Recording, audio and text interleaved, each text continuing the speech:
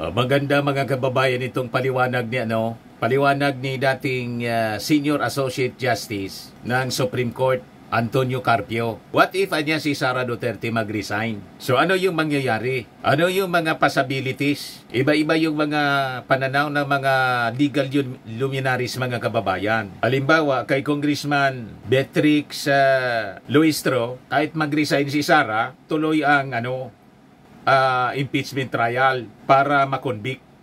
Although tanggal na siya, siyempre, nag-resign na, wala na sa pwesto, may dalawa yung objective. Yung prayer namin doon sa final na impeachment case. Una, removal. Pangalawa, perpetual disqualification. Kung iti-terminate yung impeachment trial na walang konklusyon, lalabasan niya niyan, hindi tapos. Sabi po ni Luistro, may punto naman po. Parang binigyan ng pagkakataon si Sara na magamit yung legal option na pag nag-resign siya, pwede pa siyang tumakbo kasi hindi man na-convict, iko-convict pa rin siya. Iba naman po ang pananaw ngayon. Mga abogado po, iba-iba ang pananaw. Kaya may Supreme Court po na talagang nagdidesisyon sa ganitong mga legal action, legal question. Anyway, ibigay ko sa inyo ang mga possibilities base sa pananaw po ni Carpio. Ayan o. If Sara Duterte resigns, then what? Carpio lays out possibilities. Sa interview mga kababayan ng Billionaire News Channels, Agenda Primetime News, hosted by Pinky Web, tinanong si Carpio about the possibility ng pag-resign ni Sara. Kasi may mga ganong indications po sa mga unang pronouncement po ni Sara na yung pag-resign niya, hindi pa namin pinag-usapan na. Ibig sabihin, pumapasok na rin sa isip niya ang possibility na mag-resign na lang para makatakbo pa siya sa anumang posisyon sa pagkapangulo sa 2028 or pwede pa siyang bumalik sa Davao bilang mayor. Pero pag na-convict siya, hindi siya nag-resign, yun ang lumalaro sa isipan nila. Wala na, perpetual disqualification. Paano na ang buhay? Di ba? Pero sabi ni Carpio, pag nag-resign niya siya, before the articles of impeachment reach the Senate, while wala nang jurisdiction niya ang Senate dahil wala na siya sa pwesto, sa situation ngayon po, may jurisdiction na yung Senado kasi na-receive na ng Senado po yung articles of impeachment. Yung Senado po, hindi pa nagko-convene as impeachment court kasi sabi ni Chis Escudero, hindi man dapat minamadali yan. Galit na yung mga gigil na gigil kay Sara kasi dapat immediately nag-convene as impeachment trial yung impeachment court. Ang Senado, biglang nag-motion po si Villanueva, adjourn. Mabilis pa sa kidlat po. Sabay banat sa Congress, kayo nga inupuan ninyo 2 months, tapos kami minamadali ninyo. Nakakuha ng rason. Sabi sa konstitusyon, sabi ng mga legal luminaries, forthright niya. Kaya mayroon na pong nag-file ng petition na abogado, nag-petition sa Supreme Court para mapuwersa yung Senado na dinggin na po ang impeachment, articles of impeachment laban kay Sara. Ang dami na pong gigil na tanggalin si Sara.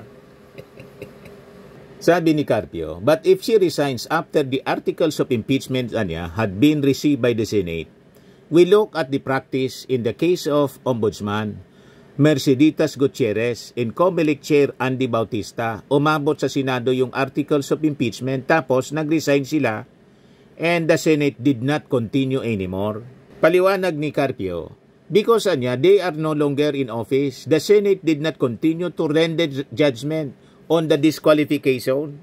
Iba man kasi po, hindi man elected yung sa posisyon ni Andy Bautista, Comelec Chairman, tapos ni Merceditas Gutierrez. Sa kaso po ni Sara, elected official siya. Kaya ang prayer ng mga nagsampa ng articles of impeachment sa kanya, hindi lang removal from office, kundi pati perpetual disqualification. Hindi na siya makatakbo. Pero paliwanag po ni Carpio, if you go by that practice niya, Sara will be out of office, but there is no decision on perpetual disqualification. But a criminal case can be filed with the ombudsman and then tried by the Sandigan Bayan, and the accessory penalty of perpetual disqualification from holding office can be applied. Pwede rin pala niya. Pwede rin pala mga kababayan. Perpetual disqualification pa rin kahit mag-resign siya. Pero hindi na sa Senado kundi sa ombudsman. Criminal charges yung i-file. Ibig sabihin kahit saan pumunta si Sara, wala na. Patapo na po yung kanyang buhay. Wala na, imbalido na siya. Inutil na. Mag-resign siya, hindi mag-resign, hindi siya tatantanan. Talagang ang gagawin sa kanya nitong kanyang mga political adversaries, sisiguruhin mga kababayan, hindi na siya makakabalik pa sa public office. Sa bagay, ang sabi nga natin mga kababayan, itong mga nangyari kay Sara, wala mang ibang dapat nasisihin dito, kundi yung kanyang sarili. Siya yung may gawa ng kasalanan. Nilagay niya sa ganitong sitwasyon yung kanyang sarili. Kaya sabi ni Carpio, nakalagay naman niya sa konstitusyon, even if you are acquitted in the impeachment or if you are convicted, iba yung criminal case. The criminal case can proceed. Si Carpio kasi po, gusto niya na nauna niya, sigurista naman po yung mga nag-file ng impeachment complaint. The majority of the members of Congress, although some members of the majority, gusto na rin po nila na i-proceed immediately as it is stated niya forthright. Maybe because of this explanation na kahit ma-acquit si Sara Duterte, kaya lang yung ibang mga analyst nagsasabi, pag na-acquitan niya ng Senado, embolden si Sara Duterte. Gagamitin niya ito ang kanyang kampo sa mga propaganda, alagaan niyang politika lang, at magpapahina din ito doon sa criminal charges. Kasi na-acquit nga ng Senado din, although yung Senado mga kababayan, iba naman sa korte. Ayaw po kasi ng iba mag-take chances. Kaya ako po, personally, ang reading ko, kahit yung mga kaalyado ng ating Pangulong Bongbong Marcos, not necessarily yung sa Congress, kundi yung mga sumusuporta sa ating Pangulo, pinapabayaan na lang na halimbawa, after SONA na, basta sigurado po na yung mga kaalyado ni Digong sa Senado na mga re-electionista matalo para sigurado ang conviction ni Sara.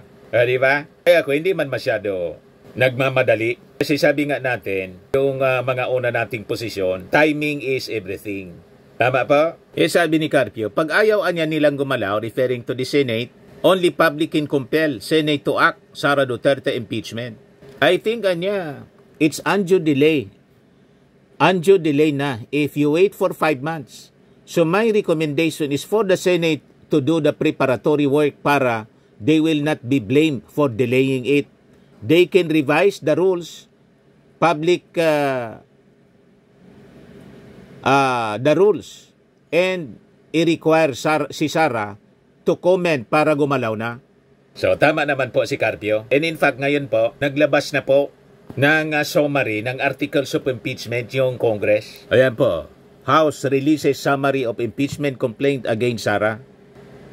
So, ito na po yung verified complaint for impeachment against Vice President Sara Duterte. Yan, basahin natin. Article 1, respondent betrayed the public trust, committed culpable violations of the Constitution, and or committed high crimes, in contracting an assassin, in plotting to murder or assassinate the incumbent President, the First Lady, and Speaker of the House of Representatives as publicly admitted by her in a live broadcast. Yan sinabi ni Sara. Huwag kang mag-alala, ma'am, sa security ko kasi may kinausap na ako na tao. Sinabi ko sa kanya, kapag pinatay ako, patayin mo si BBM, si Lisa Araneta at si Martin Romualdez. No joke, no joke. Nagbili na ako, ma'am. Pag namatay ako, sabi ko, huwag kang tumigil hanggang hindi mo mapatay sila. And then he said, yes. Yan yung virtual press conference, November 23, 2004. Kasama yung kanyang Chief of Staff na si Attorney Zulaika Lopez. Ito yung Article 2. Respondent betrayed the public trust and or committed graft in corruption and are misuse in malversation of confidential funds appropriated to the Office of the Vice President and the Department of Education. So sabi dyan, if the liquidation reports and supporting documents are given any credence, then the confidential funds of the OVP under respondent Duterte were applied to unjustifiably exorbitant, excessive, extravagant, and or unconscionable expenditures. Malinaw po sa mga resibo. Ito yung Article 3. Respondent betrayed the public trust and or committed bribery and or other acts of graft in corruption in violation of Republic Act Number 3019. Corrupt acts have been uncovered to have been committed by Respondent Duterte during the conduct of the hearings before the CGGPA. This includes, among others, the act of distributing monetary gifts to the DepEd officials holding procurement-related functions, as revealed by the testimonies of former DepEd Undersecretary and designated head of procuring entity Gloria Humamil Mercado, DepEd Director Resty Osias, former member of the BAC of DepEd, and DepEd Chief Accountant Rona Catalan. Malinaw na malinaw mga kababayan. Kahit isa lang po na article of impeachment na convict si Sara, tanggal po siya at perpetually disqualified to run any public office. Ito yung pang-apat na artikulo. Respondent committed culpable violation of the Constitution and or betrayal of public trust in amassing unexplained wealth in failing to disclose all properties in interest in properties in her SALN in violation of Section 17, Article 11 of the 1987 Constitution. Yan po. Evidently, her total net worth as indicated in the SALNs is already manifestly disproportionate to the income she was earning as an elected official. Ayan o. Saan ba yan kinuha niya? 2017 o. 44 million. Paano nagka 44 million siya? At malamang sa malamang, pag pinabuksan yung bank records niya mga kababayan, bubulaga sa atin yung hindi lang baka milyon, baka bilyon pa. Ipapasubpe na po daw yung bank records ni Sara, sabi ni Congressman Joel Chua, isa sa mga prosecutors po, House prosecutors. O diba, Article 5, respondent committed other high crimes including the high crime of murder and conspiracy to commit murder. Article 6, respondent by herself and or in concert with others committed acts of political destabilization constituting at least a betrayal of public trust and or culpable violations of the Constitution and even high crimes of sedition and insurrection. Yan po yung seditious statements. Gusto kong tanggalin yung ulo niya. I imagine myself cutting his head. Hindi marunong maging presidente ang nakaupo. Kung presidente niyo siya, okay lang. Ako, hanggang vice president lang ako. Hanggang number 2 lang ako. Number 2 lang itong bansa na ito. Wala itong number 1 para sa akin. So sabi dyan, making public pronouncement at the press briefing held on October 18 as to wanting to decapitate President Marcos Jr. and not recognizing the authority of any official above her. Ito yung Article 7. The totality of respondents' conduct as Vice President, including her commission of the foregoing acts, clearly display conduct constituting a betrayal of public trust, culpable violation of the 1987 Constitution, and graft in corruption. So sabi dyan, Respondent Duterte's conduct throughout her tenure clearly displays gross faithlessness against public trust and a tyrannical abuse of power that taken together showcases her gross unfitness to hold public office and her infidelity to the laws in the 1987 Constitution. Yan po yung summary, pinalabas na po ng House. Sa mga naghanap ng malinis and spacious fitness gym, pumunta lang po kayo sa aming Colossal Fitness Gym. We also offer Grab Car Rental with our brand new 2023 model ng Toyota Innova. We also accept booking for those who are planning to travel via PAL, Cebu Pacific, and other airline companies, local and international, and bills payment for Meralco Bills, PLDT, Aleco Bills, etc. Ang Colossal Fitness Gym is located at 3rd floor Security Bank Building, Landco Business Park, Legazpi City, Albay.